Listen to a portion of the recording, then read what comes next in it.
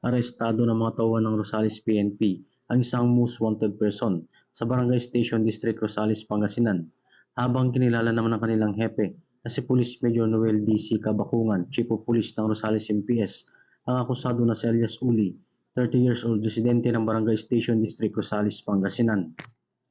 Dakong alas 4 ng hapon nang maresto ang nasabing akusado sa bisa ng warrant of arrest sa kasong paglabag sa Article 4 of RA 716 o kinilalang Special Protection of Children Against Abuse, Exploitation and Discrimination Act.